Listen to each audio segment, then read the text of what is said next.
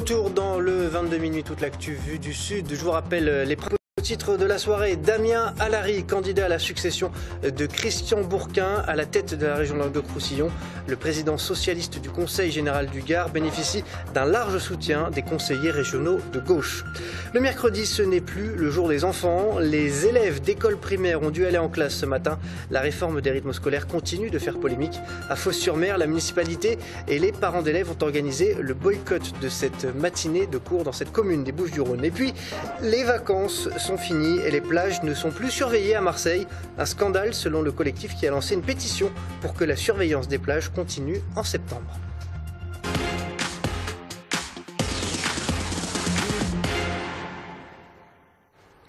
Mais tout d'abord, donc, c'est maintenant officiel. Damien Alary est candidat à la présidence du Conseil régional Languedoc-Roussillon.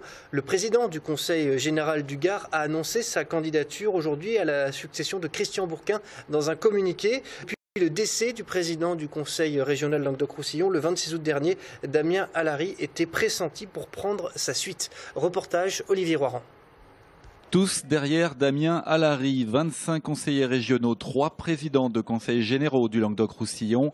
L'actuel vice-président de la région, patron du Gard, est bien le candidat préféré des socialistes à la présidence de la région. Un PS majoritaire dans l'Assemblée régionale qui fait bloc et qui l'a vite fait savoir au successeur potentiel de Christian Bourquin. Jeudi dernier, lorsque nous nous sommes retrouvés avec beaucoup d'élus socialistes réunis à la Fédération de l'Hérault, lorsqu'on a dit qui est candidat et que tous les conseillers régionaux présents ont pris la parole les uns après les autres, interpellant directement, sollicitant directement Damien Alary, lorsque son tour est arrivé de prendre la parole, j'ai ressenti une véritable émotion chez lui parce s'il supposait qu'il serait sollicité, je pense qu'il n'aurait jamais mesuré qu'il y aurait une telle unanimité sur son nom. Et donc, lorsqu'une unanimité de cette sorte-là se dessine, vous avez une responsabilité morale. Et les tensions sont pourtant fortes à gauche. Le sénateur Robert Navarro, exclu du PS, actuel président par intérim, voudrait bien garder sa place. Damien Alary est présenté comme un rassembleur. Il était déjà candidat à la présidence de la région face à Christian Bourquin après la mort de Georges Frêche en 2010. Une défaite oubliée. Le président du Conseil général du Gard est à présent poussé par ses homologues de l'Hérault, de l'Aude et des Pyrénées-Orientales.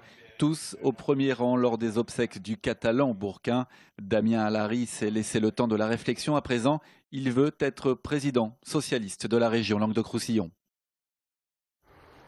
Dans l'actualité également aujourd'hui, une nouvelle fois, la réforme des rythmes scolaires. C'était le grand retour de l'école le mercredi, aujourd'hui, le mercredi matin, une 5e matinée de classe dans la semaine. Continue de faire polémique. Exemple à Fos-sur-Mer dans les Bouches-du-Rhône où le maire, pourtant socialiste, a décidé d'organiser le boycott de cette matinée de classe. Reportage Ali Martiniki.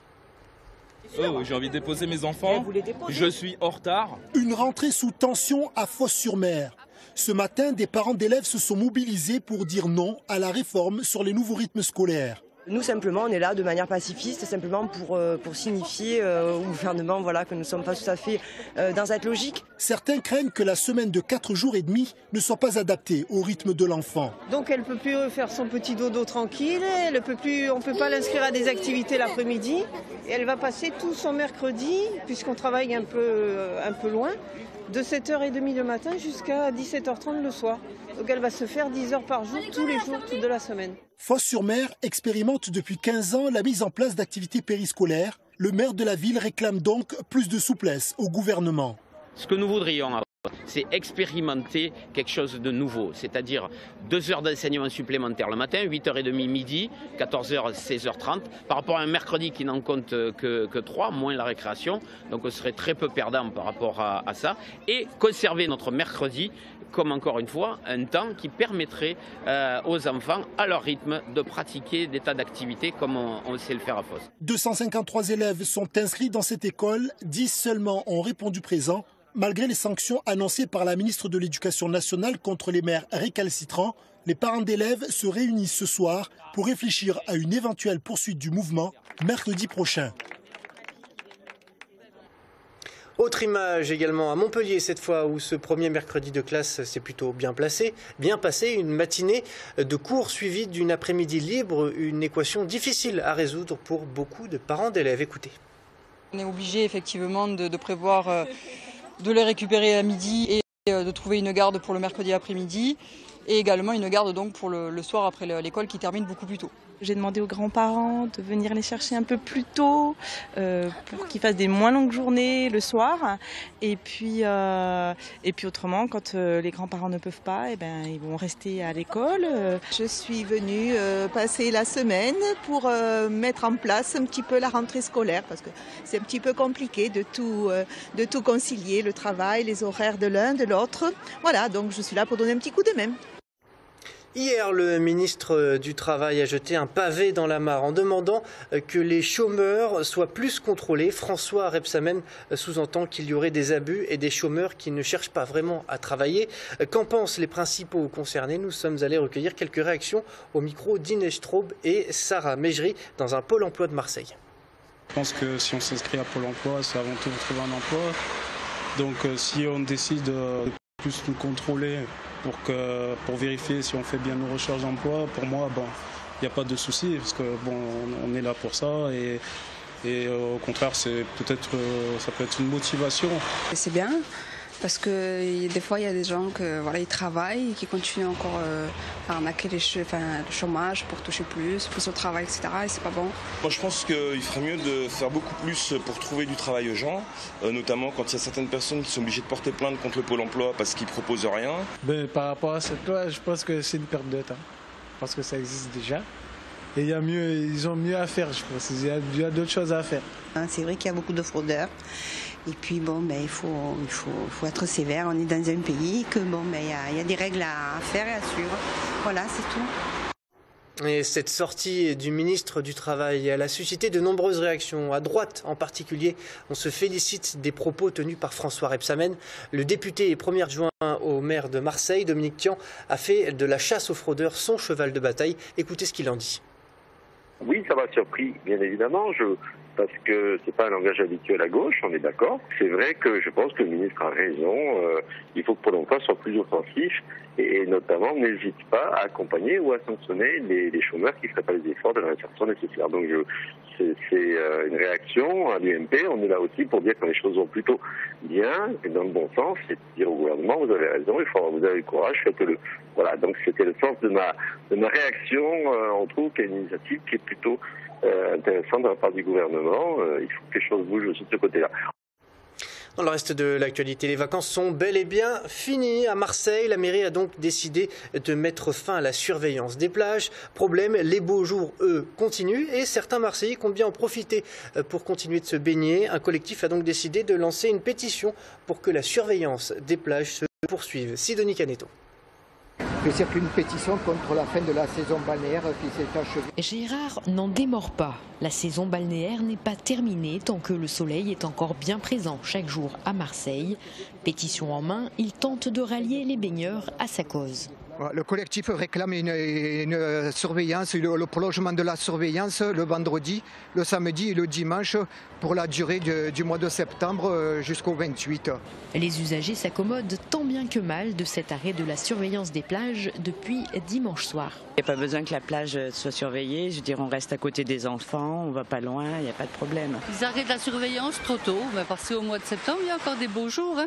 Moi, mes enfants, je les surveille tout le temps, donc je compte pas sur quelqu'un d'autre que moi pour surveiller mes enfants. Tous les enfants sont à l'école, ils sont scolarisés, et puis voilà, c'est les parents qui vont surveiller leurs enfants. S'ils veulent venir, ils sont responsables. Et je reste dans les bouées, mais après, des fois, je vais un peu plus loin, mais je reste souvent dans les bouées, quoi. Une journée de surveillance des 12 plages de Marseille coûte 12 000 € pour la municipalité. Au-delà du coût, c'est également toute une organisation à revoir pour maintenir la surveillance en septembre. Hormis les saisons estivales, les policiers nationaux qui sont mobilisés sur les plages retournent dans les quartiers pour assurer la sécurité du public. Donc évidemment, on reprend le rythme normal à partir de la rentrée scolaire. La municipalité ne se dit pas opposée à une budgétisation d'un projet pour la saison prochaine, au moins pendant les week-ends de septembre, comme c'est le cas dans les communes autour de Marseille. On termine avec le rassemblement des grosses cylindrées et des looks déjantés. Le rassemblement annuel des Brescudos attire depuis lundi plus de 600 bikers à Agde. Reportage Vincent Pereira pour midilibre.fr. En ce mercredi et jeudi, c'est le début du top 100 des plus belles motos. Et pour décider de celles qui peuvent y prétendre, Isabelle et Anthony, qui font partie des 4 juges, ont des critères bien précis. L'œil féminin, c'est la beauté de la machine, certaines transformations, le travail personnel et les couleurs et l'ensemble qui va avec le conducteur. Il y a le personnage en lui-même, parce que le personnage aussi, des fois, c'est important. C'est folklorique. C'est folklorique, ça fait partie C'est un ensemble. C'est un ensemble, voilà. Il y a l'œil du public est important, et voilà. Ces passionnés de cette marque mythique n'hésitent pas à parcourir des centaines, voire des milliers de kilomètres. Cette année, ils viennent de France, beaucoup, Belgique, Angleterre, Hollande, Allemagne. Le plus loin pour le moment comptabilisé, enfin visualisé, ils viennent de Bucarest. Vous venez d'où, vous? De Suisse, près de Lausanne.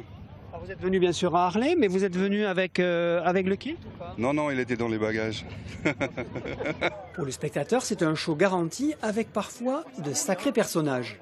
C'est un uniforme dont les gens viennent se masquer. Bon, on se croirait peut-être pour les novices dans le carnaval, mais c'est ce qui fait le charme. Hein. D'ailleurs, l'autre jour, nous avons fait le concours du couple le plus looké, dont on a vu un peu toutes sortes de déguisements. Et ça amuse un peu tout le monde, c'est un spectacle. Après le top 50 vendredi et le top 20 samedi, le rassemblement des Brescoudos se terminera dimanche à 11h au Cap d'Agde par la bénédiction des motos par le curé des Loubards, le père Guy Gilbert, suivi d'une balade à 7.